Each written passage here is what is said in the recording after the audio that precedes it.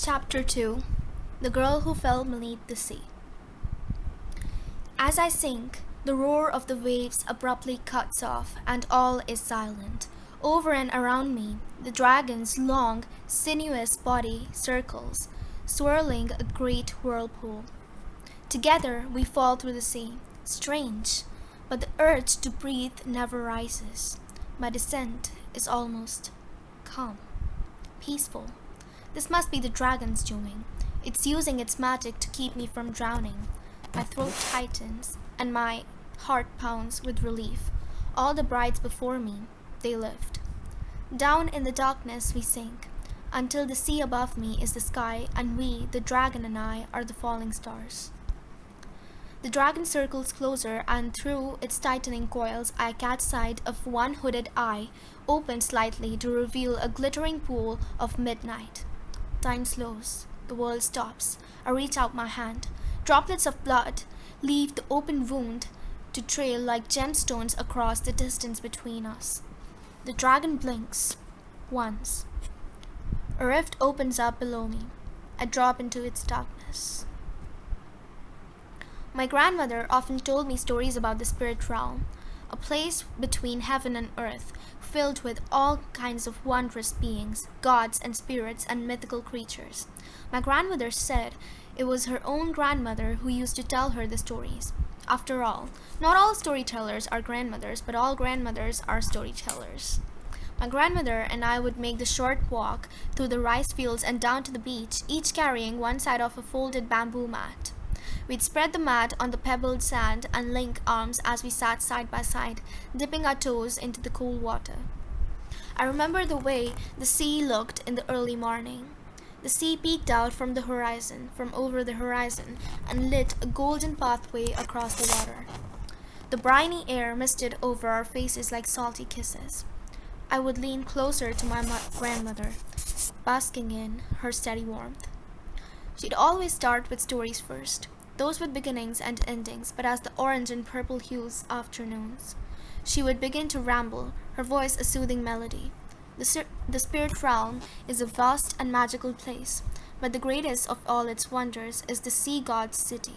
Some say the sea god is a very old man. Some say he's a man in his prime, tall as a tree with a beard as black as slate. And others believe he might even be a dragon himself, made of wind and water. But whatever form the sea god takes, the gods and spirits of the realm obey him, for he is the god of the gods and ruler of them all. My whole life I've lived surrounded by gods. There are thousands of them. The god of the well at the center of our village who sings through the croaking of the frogs. The goddess of the breeze that comes from the west as the moon rises. The god of the stream in our garden to whom June and I used to leave offerings of mud cakes and lotus lily pies. The world is filled with small gods, for each part of nature has a guardian to watch over it and protect it. A strong sea wind swept over the water. My grandmother lifted her hand to her straw hat to keep it from being ripped away into the darkening sky. Even though it was still early in the day, clouds gathered overhead, thick with rain. Grandmother, I asked, what makes the sea god more powerful than the other gods?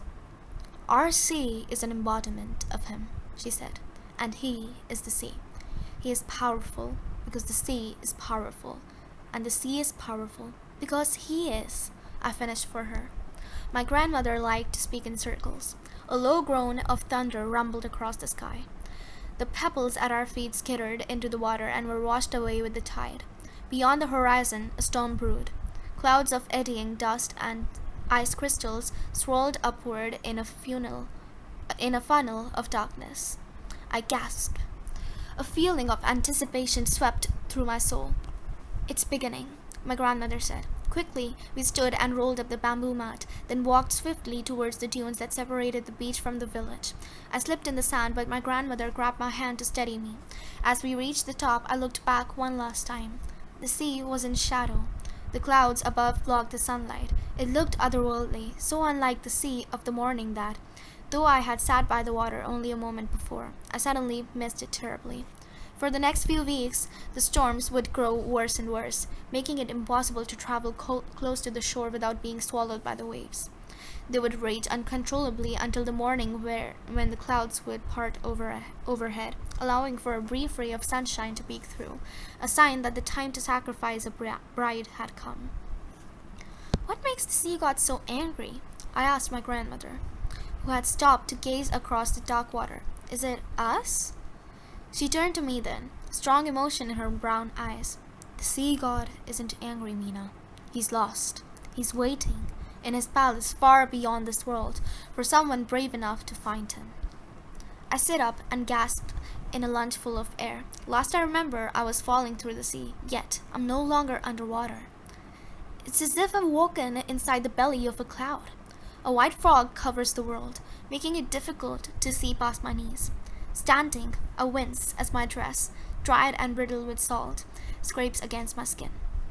From the folds of my skirt topples my great-great-grandmother's knife, clattering against the wooden floorboards. As I reach to pick it up, a flutter of color catches my eye. Wrapped around my left palm, over the wound I cut to make my vow to the sea god, is a ribbon. A bright red ribbon of silk. One end circles my hand, but the other blooms from the center of my palm outward into the mist. A ribbon floating on air. I've never seen anything like it. Yet I know what it must be, the red string of fate. According to my grandmother's stories, the red string of fate ties a person to her destiny. Some even believe that it ties you to the one person your heart most desires. June, ever the romantic, believed this to be true. He said he knew when he met Xiong for the first time that his life would never be the same, that he felt, in the way his hand tugged in the direction of hers, the subtle pull of fate. And yet, the red string of fate is invisible in the mortal world. The bright red ribbon before me is decidedly not invisible, which means I am no longer in the mortal world. As if sensing my thoughts, the ribbon gives me a firm tug. Someone or something is pulling me from the other side, from within the mist. Fear attempts to grab hold of me, and I squash it with a stubborn shake of my head. The other brides endured this, and I must too, if I am worthy to be a replacement for Shim Cheong. The dragon accepted me, but until I speak with the sea god, I won't know whether my village is truly safe.